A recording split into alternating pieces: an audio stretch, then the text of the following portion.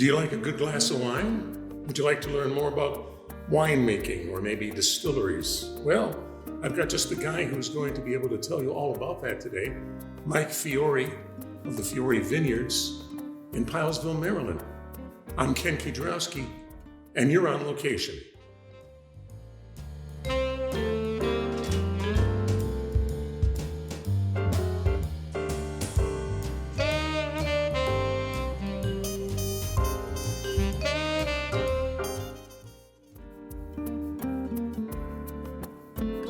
Well, thank you for joining us here, and we are on location, and the location we're at are the Fiore Vineyards on Whiteford Road in beautiful Pilesville, Maryland. And this, of course, is Mike Fiore, and he and his lovely wife Rose operate the whole shooting match over here, the vineyard, the winery, the distillery, and everything else.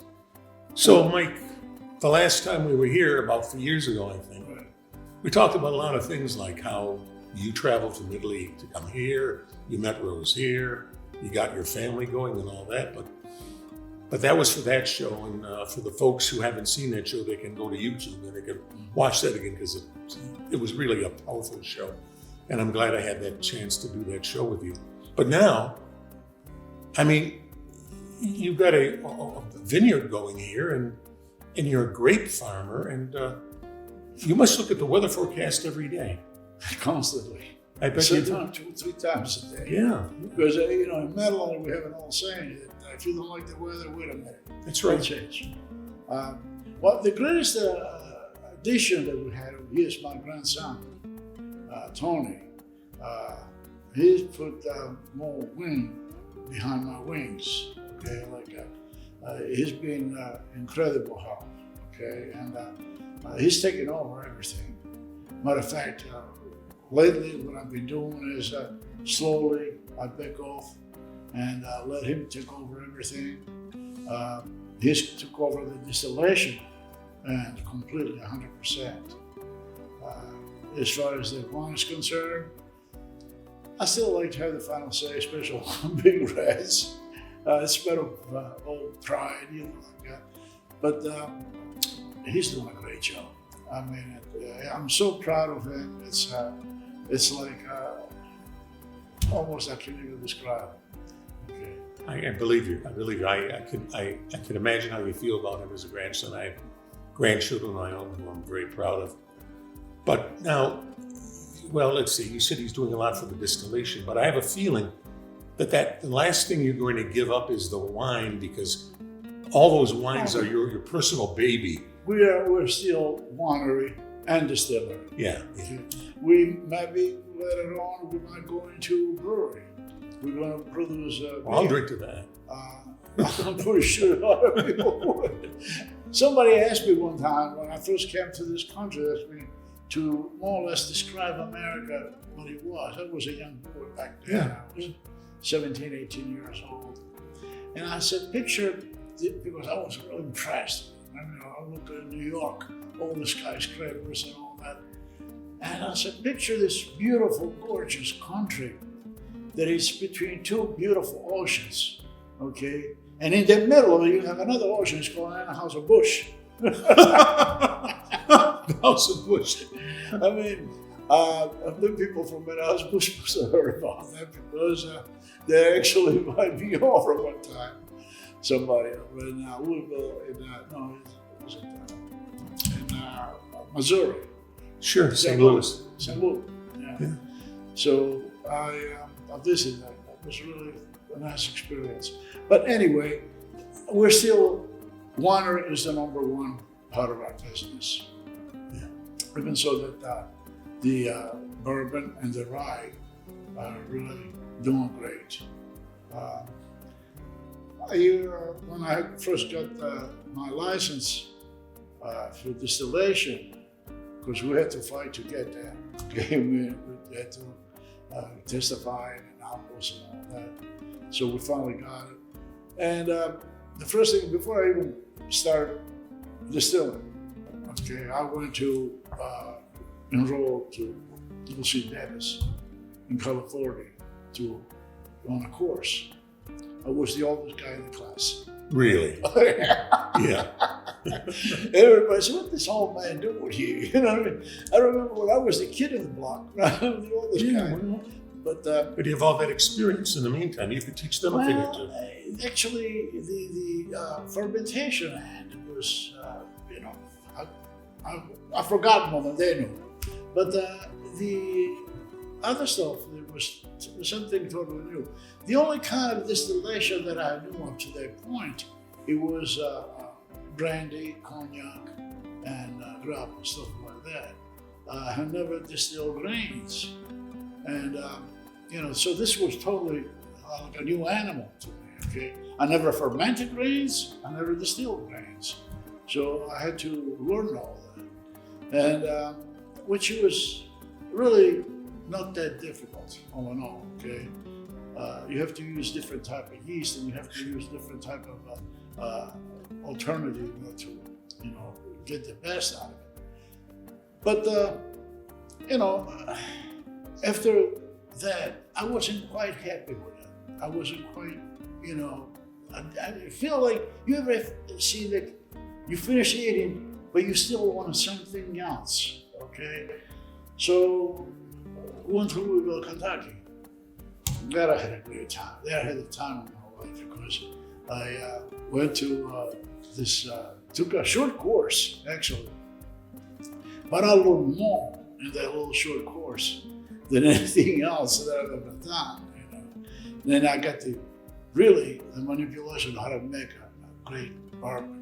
Okay, how to deal with the corn and all that. And what else you can add to it? So in the bourbon, you have to have a majority of corn.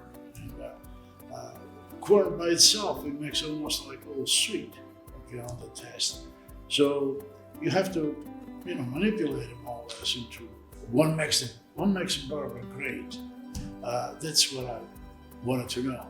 Okay, but time in the barrel and the wood that you use, it was the biggest secret. Did Tony go down with you for that course? I'm sorry? Did Tony go with you for that course? Well, actually, I sent Tony to later on to another class. Okay? And this guy, Sherman from Van Dal, he called me up one day and says, "That boy of yours," I said, "My grandson's not my son." So I said, "That boy of yours," he says, "he's like a fish in water when it comes to distillation." He said, "Man, the only thing I taught him how to do, I taught him how to, I taught him fermentation. Now the distillation and the process, it's like a, totally different animals." Well, he's a natural, he said. He was right, because Tony's producing all this different type of moonshines, like flavored moonshines. That apple pie is one of our best sellers. And the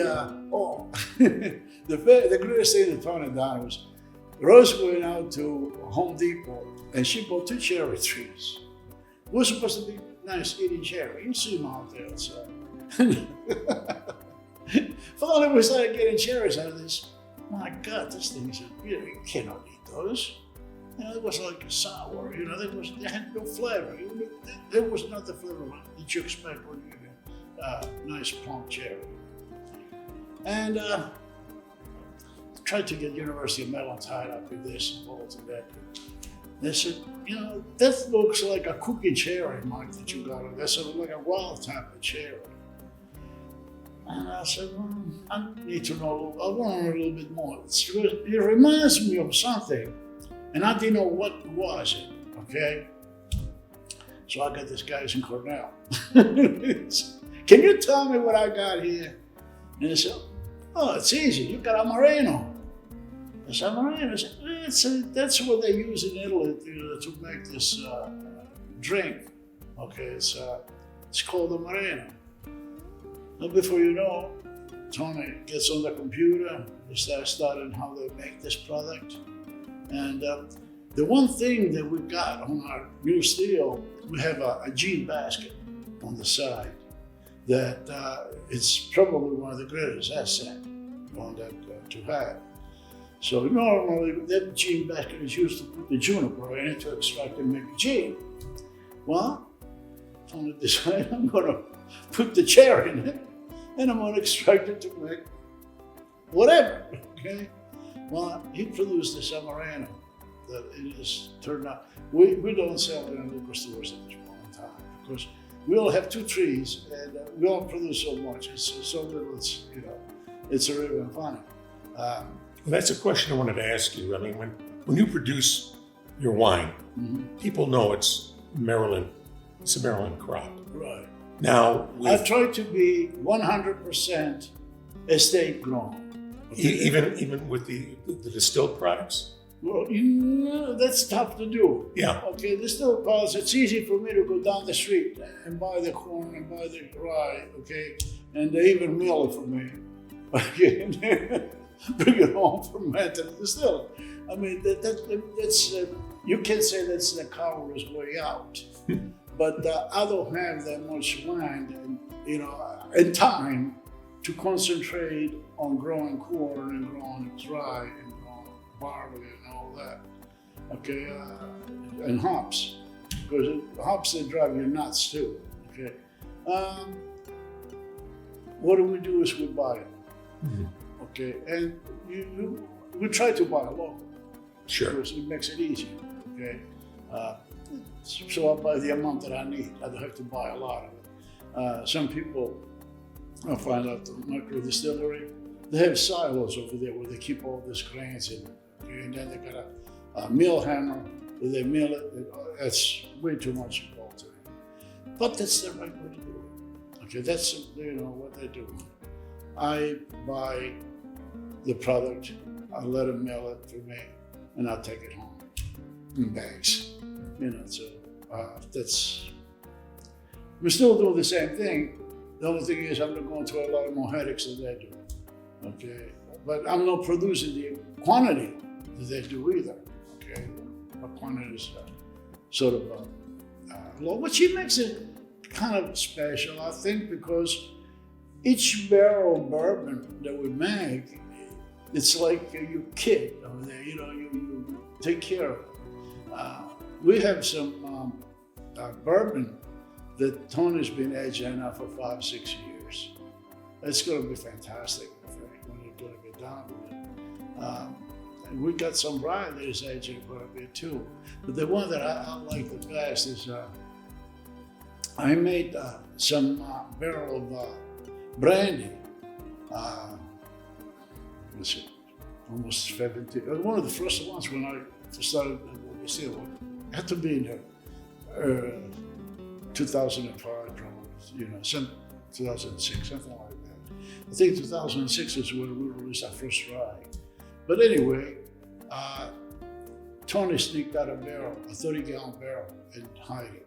Okay, I found it, and I saw the date on it. I said, "What are you doing?" He said, "Grandpa, I want to try something." I said, "Well, I want to keep it for 10 years before we even look at it." Right. So now after, I think it's been 10 years, so I said, "Well, we'll probably go 12 years. We'll see what he does." So eventually, thinking when he gets good and ready, he's going to open it up and we're going to sample to see. I bet. With the quality of that. Are you just going to sell it here at the vineyard, or are you going to release it? It's only 30 gallons. What am I kidding? 20, 30 gallons. So, special occasions. Yes. Let's have a party here. But actually, all the bourbon is done in 50-gallon barrels because that's the law. You can't have nothing smaller than 50 gallons, and it's got to be American oak. Okay, so, and we got a good source now. What are we getting our barrels from? They're making it to my description. They're making it to, and Tony's really, peculiar about that. He just follows it around us from it to, and, he makes sure that he get the right thing. Because that charcoal inside that barrel, that's what picks up that flavor. So the longer you keep it in there, the smokier it gets.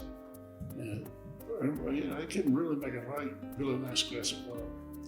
I still like to concentrate on the wine a little bit. Which wine, you'd get a wine like Sangiovese. I never put Sangiovese in brand new wood. Never. I think the flavor of Sangiovese is so delicate, so gentle, that brand new wood, it overpowers it. You bring out the wood flavor before you get the flavor of the Sangiovese grape. I want to taste that grape. I want to taste that grape when it was really mature. And the 14 Sangiovese really brought that up. That really does it. Well, tell me about the challenge of the weather. Oh, You've had lousy summers that have gone by, but now this year, different.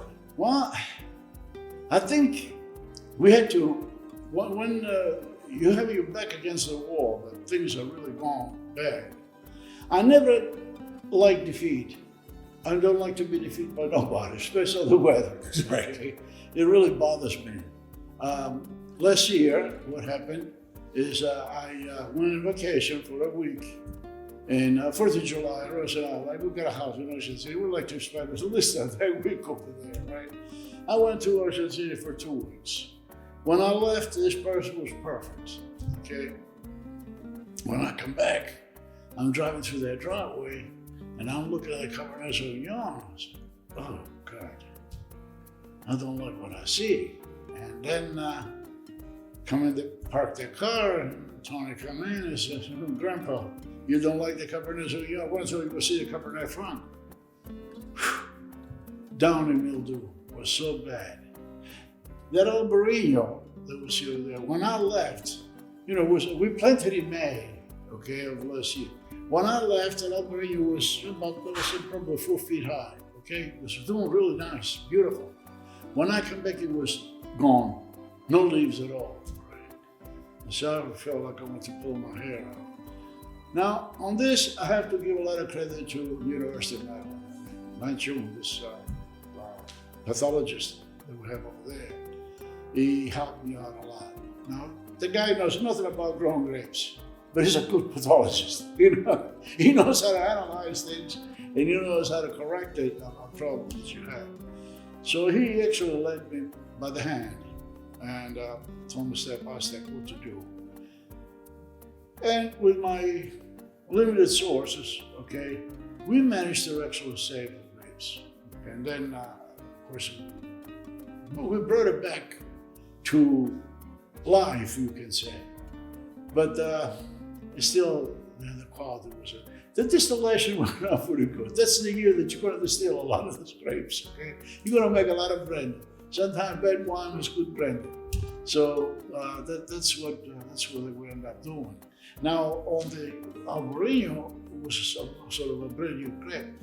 If you go out there and you take a look at the way it looks right now, that is about 10 feet high. That Albarino really took on beautiful.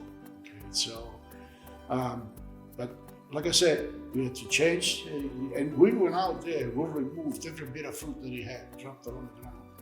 Okay, because we didn't want fruit.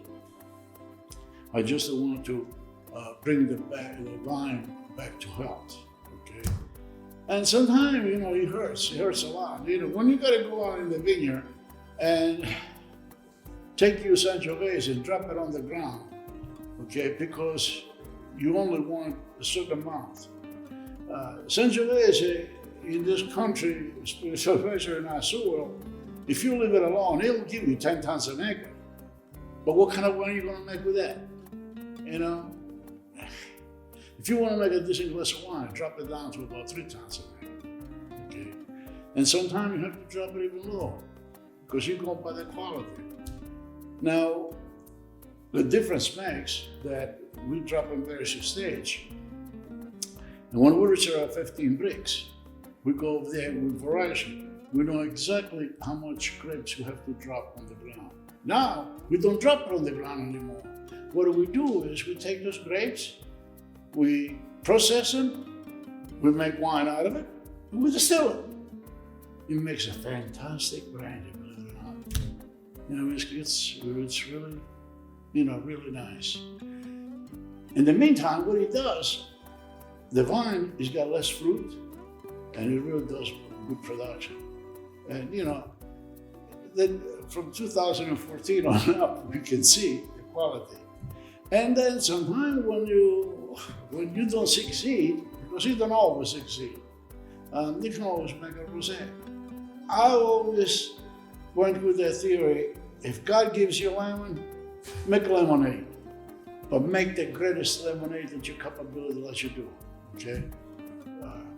When my Sangiovese doesn't suit my needs, we make rosé out of it. But we make the best rosé. Actually, 2 years ago, he got the best of his class in the Maryland Wine Governor's Cup. And so, We are running out of time. But before we run out of time, with the distillery and with the winery, you mentioned a brewery somewhere down the road. How would you fit that in? Actually, it's a trend that I've been fighting it off all day, all along. Okay, I didn't want to do it, but it's like supplies and demand. Okay, we used to have weddings over here. We stopped doing it because we couldn't serve beer. Okay, that's it. That was the thing. I think at my age, I could care less. But my grandson, no, he's got a son too. So I'm a great-grandfather. Great-grandfather. Which is, I'm so proud of it, it's not even funny. Sure, yeah.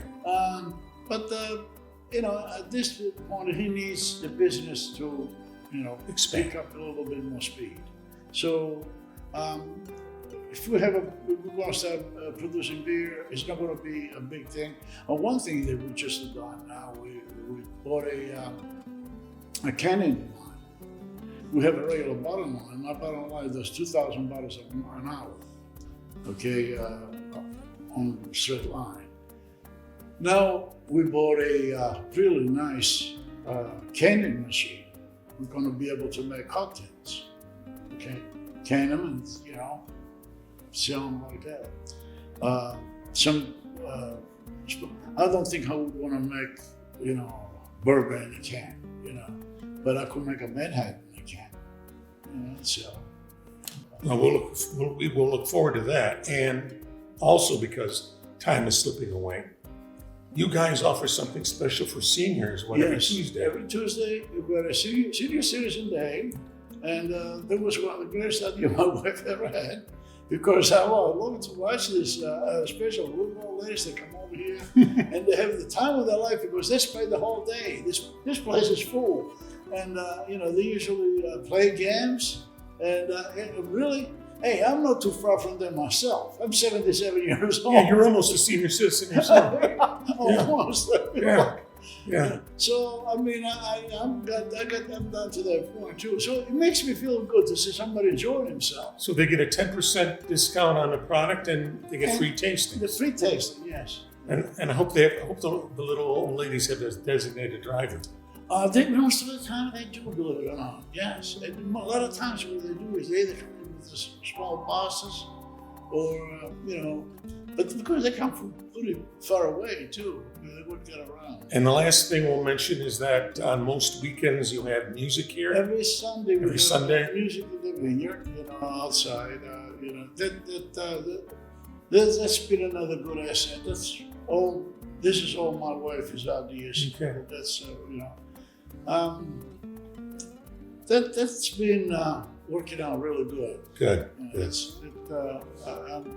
I'm really pleased that she decided to do it, and Well, behind every good man is a clever, intelligent wife. I would say so. Yeah. Yes. Listen, in 4 years, it was at 2024, right? 2024. We're going to be married 60 years. Yeah, 60 years. And, Well, happy anniversary. And Mike, I don't know where the time went, but it's gone. So thank you for being here. Mike Fiore, Fiore Vineyards, thank you for being here on thank you for location. having me. And Our pleasure. it's been nice. You take care.